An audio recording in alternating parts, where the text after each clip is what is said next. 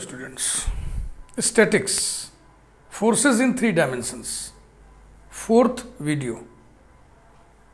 इस वीडियो में हम लोग wrench and central axis discuss करेंगे।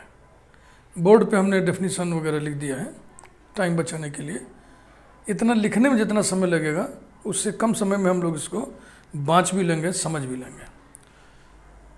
If a system of forces acting on a rigid body can be reduced to a single force, capital R arrow, and a couple of moment, capital K arrow, whose axis coincides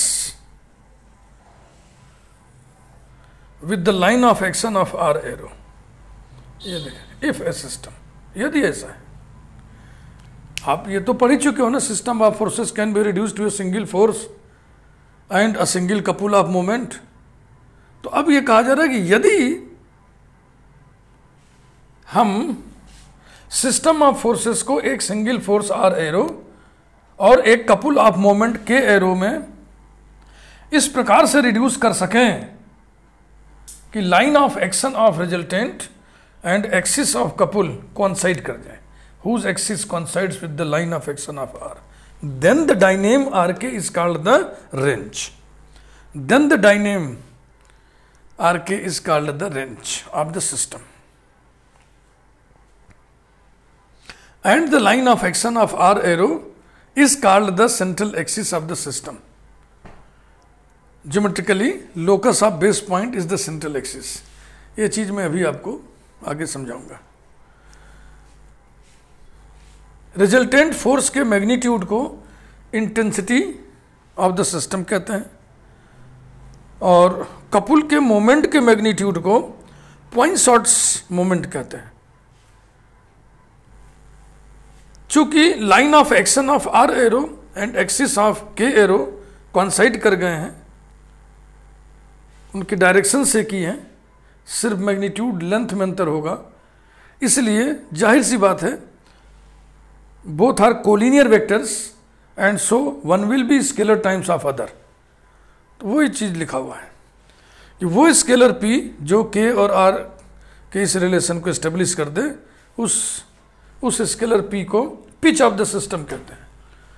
तो अब इसे उतारना होगा तो आप pause करके उतार लीजिएगा। अब मैं आपको ये चीज बताने जा रहा हूं, क्या यह संभव है? क्या सिस्टम ऑफ फोर्सेस को हम ऐसे डायनेम में रिड्यूस कर सकते हैं? उत्तर है हाँ, मैं रिड्यूस करके दिखाता हूं। पहले तो मैं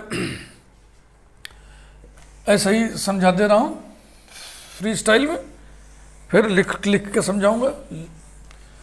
लिखने में बहुत समय लगेगा, कई स्टेप्स का काम है और लिखना पड़ेगा ही।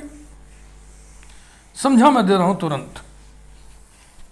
हम जानते हैं कि सिस्टम ऑफ फोर्सेस को एक सिंगल रिजल्टेंट और एक ये single resultant along O A R arrow है और ये O B axis of couple of moment G को हम अपना सुविधा के लिए इसे दिखा दे रहे हैं इस तरीके से, ऐसी टर्निंग है क्लॉकवाइज। तो अब सब क्लॉकवाइज ही लेके चलेंगे पूरा। इनके बीच का एंगल थीटा है, ये पहला चरण हुआ। फिर हम क्या करेंगे, इस जी के 2 घटक कंपोनेंट लिखेंगे, एक जी कॉस थीटा इधर, एक जी साइन थीटा इधर। तो अब एक दूसरा फिगर बनने जा रहा है। ये O D, O A, O B, theta, R arrow, और अब इसे कुछ नहीं लिख रहा है क्योंकि इसका एक कंपोनेंट तो इधर हो जाएगा, एक इधर हो जाएगा। तो एक का एक्सिस ये हो जाएगा ओ ए, ये कौन सा होगा? जी कॉस थीटा, क्लॉकवाइज ऐसे। एक का एक्सिस ये हो जाएगा जी साइन थीटा। तो ये पहला स्टेप है, ये दूसरा स्टेप है। जी को हमने रिजॉल्व कर दिया। इसके बाद अब हम एक लाइन ऐसी खींचेंगे, ध्यान रहे ये तीनों ओडी हम इस प्रकार से लिए हैं कि ओ A, O B, O D एक ही प्लेन में रहे, जैसे कि आप देख रहे हो। अब एक ओ सी हम ऐसा खींचेंगे, ओ सी, ये तीसरा स्टेप।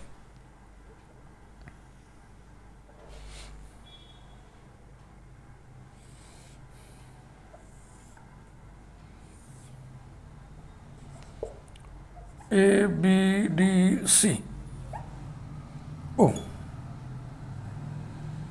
इधर है आर, जी कॉस थीटा, ये थीटा है तो रहेगा ही, कहाँ मिट जाएगा। जी साइन थीटा को फिर हम रिप्लेस करेंगे। जी साइन थीटा क्या है? कपुल है, couple of moment G sine theta. तो एक कपुल हम बनाने जा रहे हैं, कैसे बनाएंगे? ये लाइन है, इस पर हम क्या करेंगे, एक फोर्स इधर की ओर लगा देंगे आर, और एक फोर्स इधर लगा देंगे आर, तो इधर आर और इधर आर मिलकर के कपुल बन जाएगा। अब इस पर आर लगाने के लिए इस पर एक पॉइंट लेना होगा ना, उस पॉइंट को हम इस प्रकार से चूज करेंगे कि इस कपुल का मोमेंट जी साइन थीटा के बराबर होए, यानी कि एक फोर्स लग गया इधर आर और एक फोर्स हमने लगा दिया इधर आर। यहाँ ए डैश लिख दे रहा, यहाँ ओ डैश लिख दे रहा है। ओ डैश माने इस लाइन पर ओ डैश हम इतनी दूर लेंगे कि ये जो कपुल बन रहा है इसका मोमेंट जी साइन थीटा हो। अब कपुल कितना होता है? फोर्स इनटू ये डिस्टेंस, ये कपुल हो गया जी साइन थीटा, यानी कि हम ओ डैश बराबर जी साइन थीटा अपान आर को संतुष्ट करने वाला पॉइंट लेंगे ओ डैश। यानी ओ डैश इस प्रकार से हम चूज करेंगे कि ओ डैश बराबर जी साइन थीटा अपान आर हो जाए। तो अब ये सिचुएशन हमारे पास हो गई, तीसरा चरण है भैया।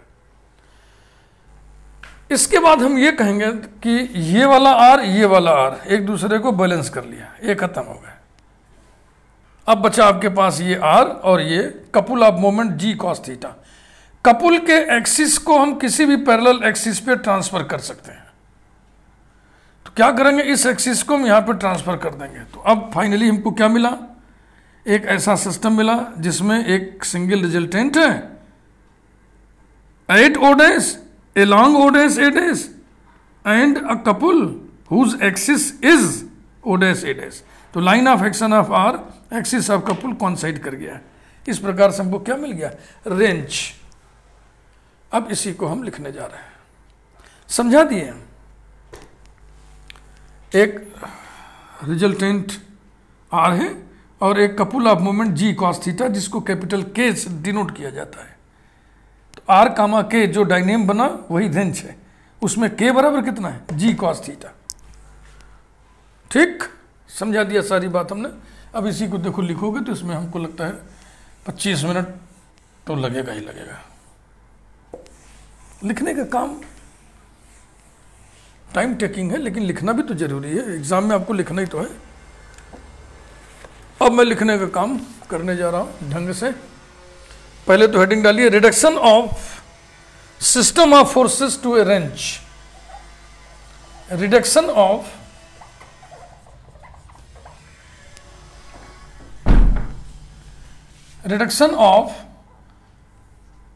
system of forces acting on a rigid body, system of forces short में लिख रहा है, to a wrench, WRENCH, wrench माने मरोड़ होता है।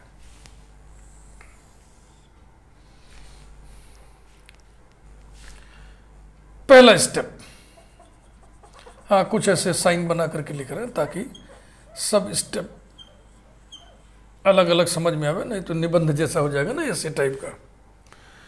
वही पहले फिगर वाला वही कहिए कि हम जानते हैं कि system of forces acting on a rigid body can be reduced to a single resultant force and a couple of moment G. We know that every system of forces 3 dimensional है। Every system of forces acting on a rigid body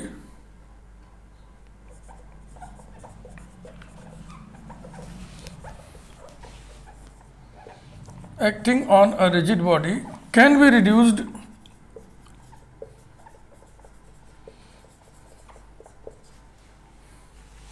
to a single force, capital R arrow,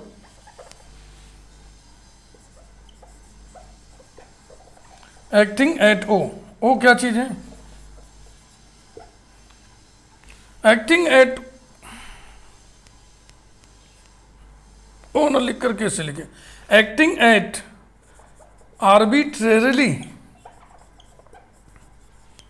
arbitrarily chosen point O, और फिर bracket में O के बारे में लिख दीजिए कि ये ओरिजिन है, इसी को ओरिजिन मान लिया गया है, comma, and a couple of moment G and a couple of moment G whose axis passes through O, whose axis passes through O. Angle मान लीजिए, let theta be the angle between the line of action of capital R arrow and the axis of line of action, इसका नाम हम भी लिखते चलो, line of action OA of R arrow and the axis OB of couple of moment G arrow. इसके लिए पहला figure बनाइए,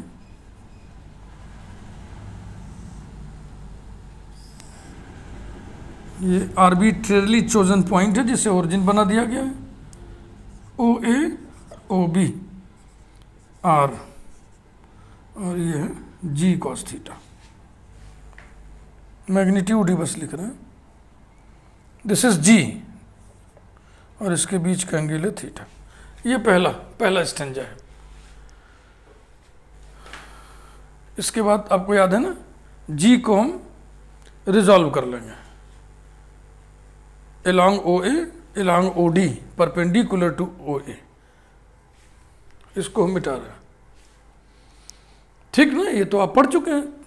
We know that every system of forces acting on a rigid body can be reduced to a single force or arrow acting at arbitrarily chosen point O, which is taken as origin, and a couple of moment G whose axis passes through O.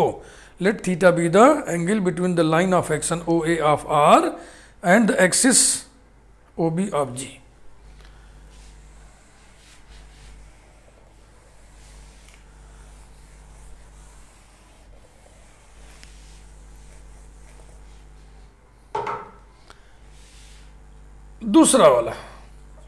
दूसरे वाले के लिए थोड़ा चिन्ह कुछ दूसरे type का बना दें, ये ऐसे बना दे रहा।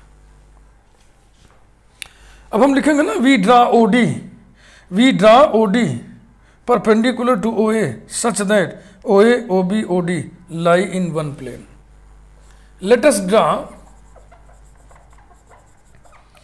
OD perpendicular to OA such that OA OB OD lie in one plane,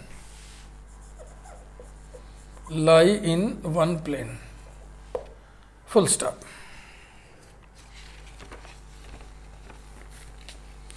The couple of moment G is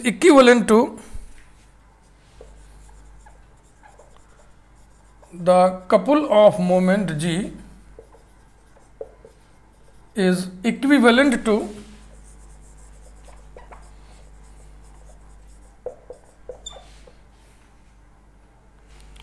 two couples of moments two couples of moments g cos theta and g sin theta about, या about न लिख के ऐसे लिख दीजिए आप, with O A and O D as axis of couple, about भी लिख देते चलता, about O A and O D respectively भी लिखना। अब दूसरा फिगर बनाइए।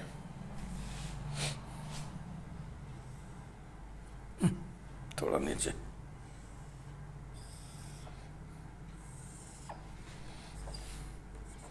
ओ A O B O D ये सब एक ही प्लेन में, ये थीटा एंगल है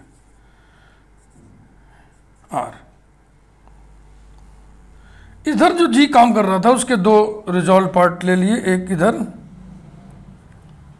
जी कॉस थीटा, एक इधर जी साइन थीटा।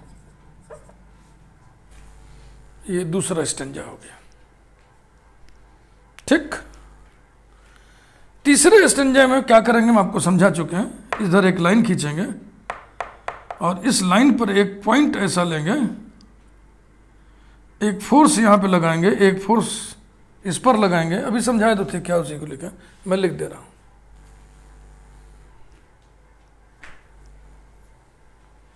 मिटाते हैं। अब थर्ड स्टेप की बातचीत होगी, जी साइन थीटा के रिप्लेसमेंट की बात होगी। जी साइन थीटा किसी कपुल का मोमेंट है, तो इस कपुल को एक ऐसे कपुल से हम रिप्लेस करते हैं जिसका मोमेंट यही हो और जिसका ये टर्निंग भी ऐसा ही हो, क्लॉकवाइज, सभी क्लॉकवाइज लेके चल रहे हैं। Let us draw O C normal to the plane A O B. अब तीसरी बातचीत हो रही है, इसमें ऐसा साइन बना दे रहा है, एस बना दे रहा है। Let us draw O C normal to the plane A O B, जो शुरू में था। We replace G sine theta by a couple consisting of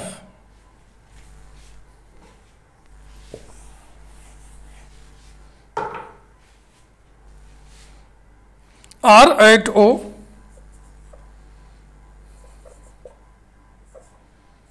along OA, R at O opposite to, in the direction opposite to OA, in the direction opposite to OA, and R at O dash, and R at O dash in the direction O dash A dash, bracket में लिख लें, where O A arrow is parallel to O dash A dash arrow, दोनों vector parallel है। We take O dash on C in such a way that, we take O dash on O C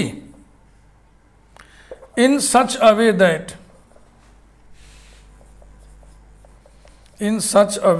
that R into OO dash equal to G sin theta, that is OO dash equal to G sin theta upon R। अब इसके लिए figure बना रहा है।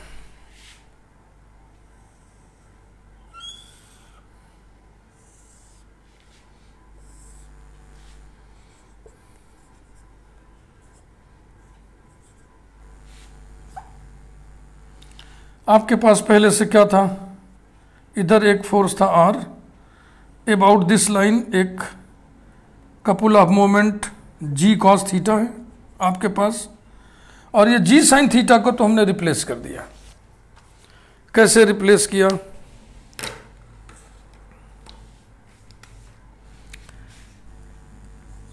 O पर एक force लगाया in the direction opposite to OA R, इस लाइन पर एक पॉइंट लिया O डैश और इसी के पैरेलल एक लाइन खींचा और इस डायरेक्शन में एक फोर्स हमने लगा दिया R। अब देखो इस लाइन पर इधर R है इधर R है, तो ऐसे घूमेगा ना, ऐसे है, तो ये लाइन कैसे घूमेगा, ऐसे क्लॉकवाइज, सब क्लॉकवाइज रोटेशन में हम ले रहे हैं।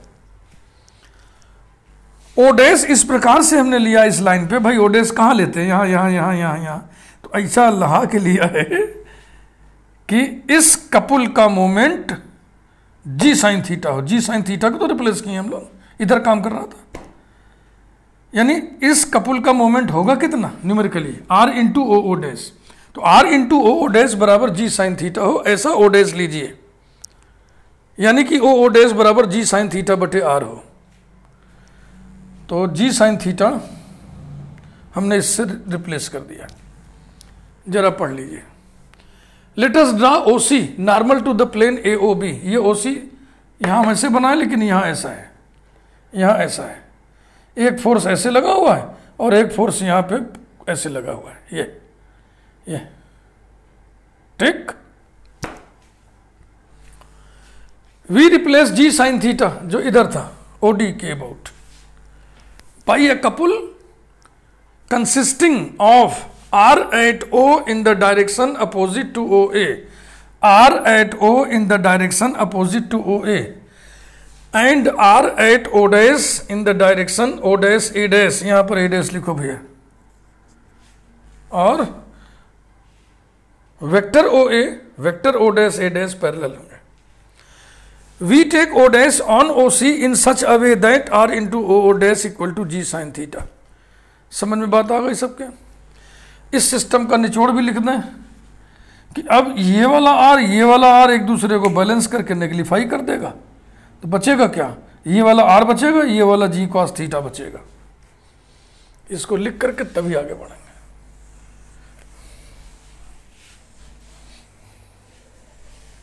Now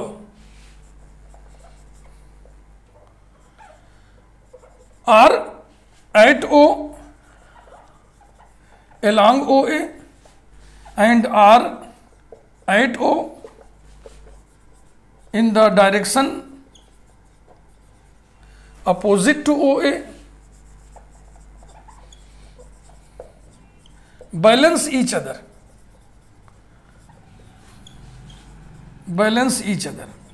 net effect 0. Thus we are left with a single force capital R, ठीक ना, कहाँ है वो, ये at O dash along O dash A dash and a couple of moment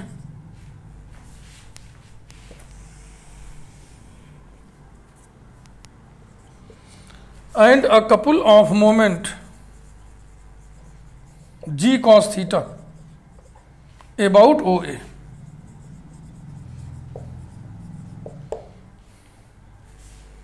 ठीक, अब इसके लिए एक फिगर और बना दिया जाए।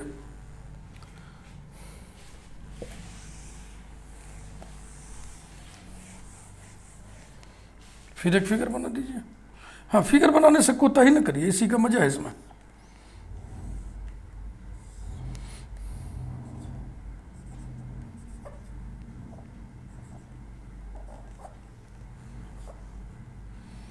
क्या क्या आपके पास है,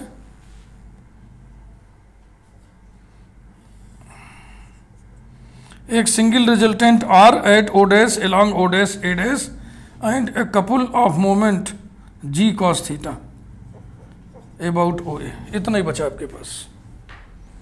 4 स्टेप का काम हो गया और आखिरी और 5वां स्टेप मैं आपको ये बताऊंगा कि किसी भी कपुल का एक्सिस पैरेलल एक्सिस पर शिफ्ट किया जा सकता है, इसलिए हम इस एक्सिस को इस पर शिफ्ट कर देंगे।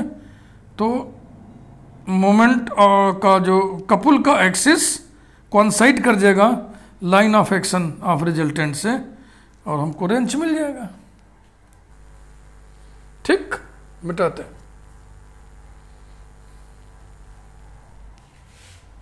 क्या है, इसमें हम लिखते हैं इतनी दूर में।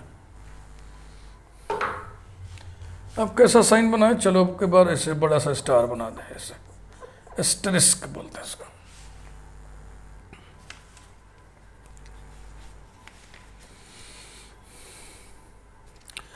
We know that the axis of a couple, we know that the axis of a couple can be transferred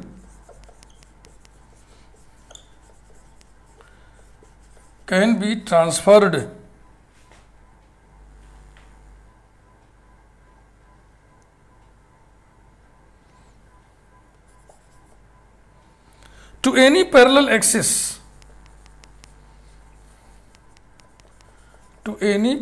axis, so we transfer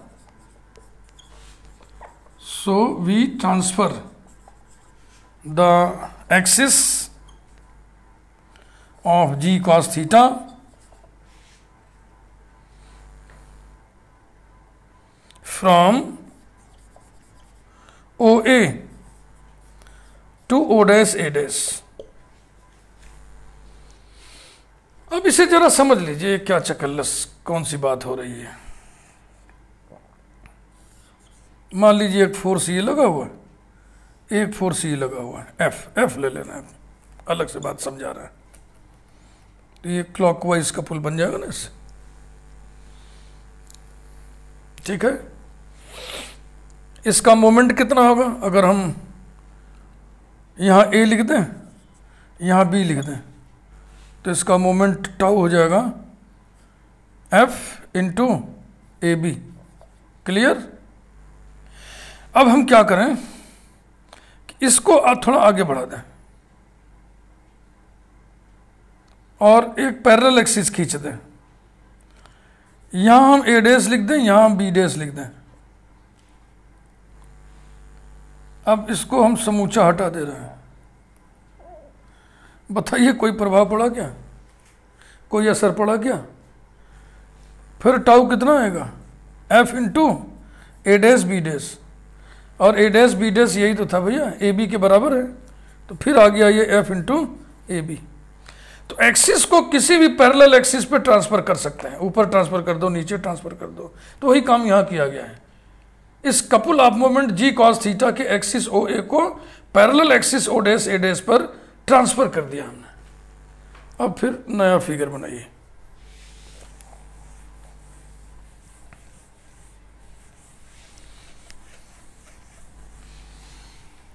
और रिडक्शन का काम संपन्न हुआ।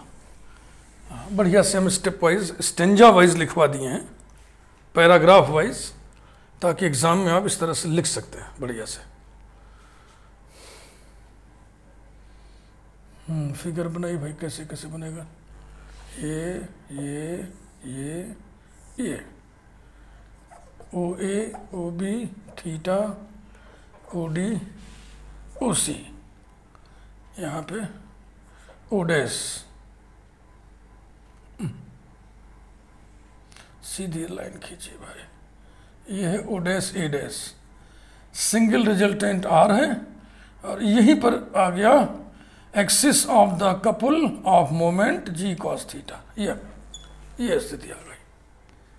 तो finally we get a dyname, finally we get a dyname r comma k, that is a range R comma K where K equal to G cos theta, in which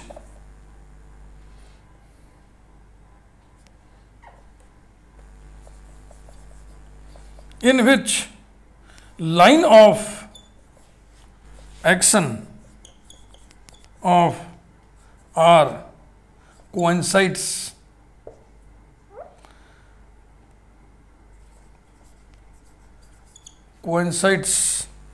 with the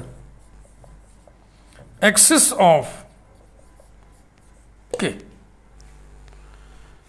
तो आपने ये दिखाया कि system of forces को हम range में reduce कर सकते हैं। ये था रेंज, और ये जो सिंगल लाइन बची है ना, यही तो सेंट्रल एक्सिस हुआ।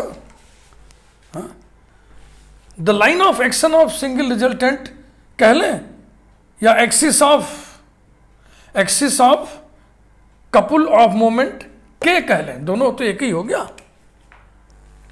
तो अलग से स्टार बना के लिख दें ऐसे, चलो ठीक है, जो बन गया सही। The line of action of R is the central axis of the range RK। तो अब बेस पॉइंट कौन हुआ बेटा? अब तो आपका सिंगल रिजल्टेंट भी और मोमेंट भी सब यहीं आ गया ना, एक ही लाइन पे यहीं पे आ गया। तो ओडेस बीइंग बेस पॉइंट, कामा ओडेस being the base point, clearly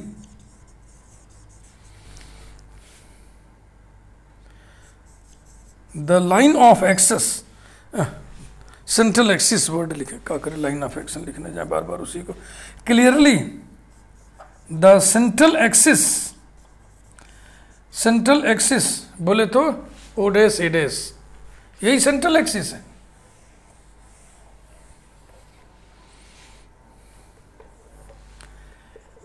is the locus of base point, है कि नहीं? ये जो लाइन है इसी बिंदु का लोकस है ना, इस बिंदु का लोकस है अंडर अवेलेबल सर्कमस्टांसेस। हो गया रेंज, सेंट्रल एक्सिस, ये सब आपको हम बता दिए। अब अगले वीडियो में मैं समझ रहा हूं कि सेंट्रल एक्सिस का इक्वेशन हम लोग डिराइव करेंगे, उसके बाद फिर न्यूमेरिकल्स शुरू करेंगे। वीडियो को लाइक करिए, थोड़ा लेंदी हो गया होगा लेकिन अच्छा है, सब चीज़ समझ में आपके आ गया होगा। चैनल यदि आपने अभी तक सब्सक्राइब नहीं किया है तो चैनल ज़रूर सब्सक्राइब कर दीजिए और बेल आइकन प्रेस कर दीजिए, क्योंकि अभी कितने वीडियोस बने, आज कौन सा वीडियो था, चौथा वीडियो था, अभी बहुत बनेगा। ये प्लेलिस्ट थोड़ा सा हैवी हो जाएगा। Thank you.